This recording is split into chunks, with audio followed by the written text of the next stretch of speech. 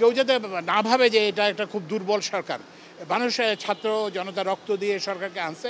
সুতরাং সরকার কিন্তু যে কোনো পদক্ষেপ গ্রহণ করতে করবে না। আমি ব্যক্তিগতভাবে ওখানে দেখে আসছি ওই যে ব্যাপক ক্ষয়ক্ষতি হয়েছে মিরপুর 10-এ এবং যাত্রীর সংখ্যাও সেখান থেকে বেশি। তো এবং কাজীপাড়াতে ব্যাপক ক্ষয়ক্ষতি হয়েছে। তো এইটা আমরা সেদিন দেখার পরে আমরা একটা নির্দেশ দিয়েছি যে ক্ষয়ক্ষতির পরিমাণ নিরূপণ করা এবং একটা টাইম লাইন তৈরি করা কত দ্রুত এটা চালু করা যায়। এবং আজকেই আমি আসবেন বিকেলে জাপানি রাষ্ট্রদূত আমার সঙ্গে দেখা করতে আসবেন আজকে দুপুর 2টায়। তো আমরা তারও আমরা সহায়তা চাইব, কারণ এখানে কিছু জিনিস ইম্পোর্ট করতে হবে। তো সেগুলো যাতে ত্বরান্বিত করা যায় সেই জন্য আমরা জাপানি রাষ্ট্রদূতের সহায়তা চাইব। আর একটা কথা কিন্তু আমরা আপনাদের মাধ্যমে যেটা জানতে চাই, আপনাদের কিন্তু একটা শুধু আমরা ব্যবস্থা নিলে হবে না। আপনাদের একটা এই যে রাষ্ট্রীয় সম্পদ ধ্বংস করার যে চেষ্টা, এগুলোর বিরুদ্ধে আপনার একটা জনমত গড়ে তুলতে হবে এবং আপনারা যে একটু দেখে আসবেন কিভাবে সম্পত্তিটাকে ধ্বংস করা হয়েছে। এবং এটা বৈষম্য বিরোধী ছাত্র আন্দোলনের এরা কোনো সময় এটা করেন, এটা একটা দুষ্কৃতিকারীদের কাজ। এবং আপনাদের মাধ্যমে আমরা জনগণকে করতে চাই যে এটা আপনাদেরই সেবা ব্যাহত হয়েছে।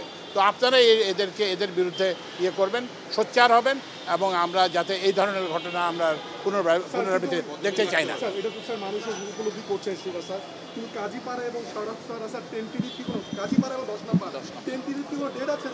লাগতে পারে না কত বছর লাগে এটা কোনো অবস্থাতে কত বছর লাগবে না, যে এই কোনো অবস্থাতে কত বছর লাগবে না।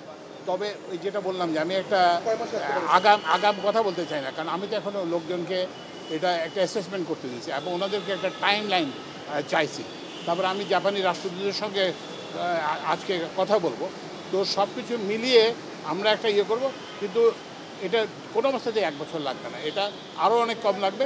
কিন্তু এক্স্যাক্ট কত সময় লাগবে সেটা আমরা আপনাদের পরে জানাবো। এর আগে আপনি একটা প্রসঙ্গ তুলেছিলেন, সেটা হচ্ছে বিভিন্ন জায়গায় এই যে দাবি দাওয়া তুলতেছে, সময় দেওয়া হচ্ছে না। এটা কি আপনাদেরকে এই নতুন সরকারকে এক ধরনের প্রেসারে রাখার কোনো ধরনের কৌশল? হ্যাঁ আমরা তো তাই মনে করি আমরা তাই মনে করি। এবং কেউ যাতে না ভাবে যে এটা একটা খুব দুর্বল সরকার। মানুষ ছাত্র জনতা রক্ত দিয়ে সরকারকে আনছে। সুতরাং সরকার কিন্তু যে কোনো পদক্ষেপ গ্রহণ করতে করবে না। সরকারের কার্যক্রমকে যারা ব্যাহত করার চেষ্টা করবে তাদের বিরুদ্ধে আমরা সর্বাত্মক ব্যবস্থা নেব।